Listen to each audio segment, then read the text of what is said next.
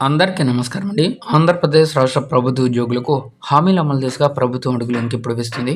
So, ఇప్పటికే 2 years complete అయిపోయింది.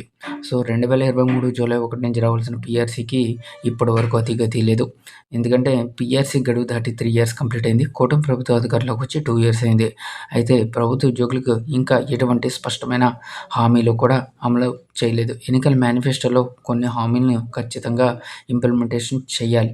అయితే ఇప్పటి వరకు అన్ని వర్గాలకు ఏదో ఒక హామీని నిలబెట్టుకుంటూ వచ్చిన కూటమి ప్రభుత్వం ఉద్యోగ విషయంలోకి వచ్చేసరికి ఏ ఒక్క హామీ అమలు దిశగా అడుగులైతే వేయలేకపోతున్నారు.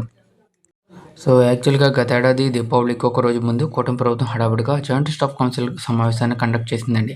అయితే ఆ సమావేశంలో భాగంగా ఉద్యోగ సంఘాలతో చర్చలు జరిపినప్పటికీ ఆర్థిక సమస్యలకు శాశ్వత పరిష్కారం చూపలేకపోయారు. ఉద్యోగులు అసంతృప్తి క్రమంగా పెరగడంతో ఉద్యోగ ఉపాధ్యాయ సంఘాలు ఆందోళన కార్యక్రమాలకు సిద్ధమయ్యాయి. ఈ ఏడాది జూలై 22న కూటమి ప్రభుత్వం మరోమారు ఉద్యోగ సంఘాల ప్రతినిధులను పిలిపించి సమస్యలపై చర్చించినా ఫలితం లేకుండా పోయింది.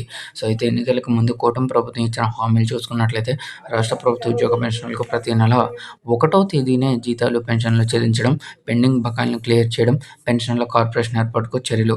అయితే ఇందులో మనకి ప్రతి నెల 1వ తేదీన జీతాలు, పెన్షన్లు చెల్లించే విధంగా ప్రభుత్వం వెంటనే చర్యలు తీసుకుంది. ఇది ఒక్క హామీయే ఉద్యోగులకు నెరవేరింది.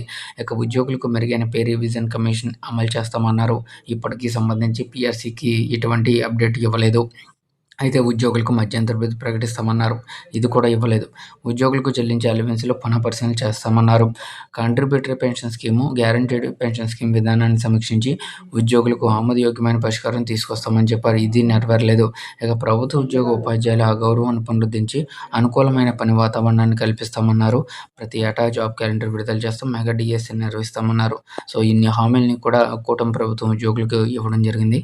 సో, ఇవన్నీ కూడా నెరవేర్చే విధంగా ప్రభుత్వం వెంటనే చర్యలైతే తీసుకోవాలి.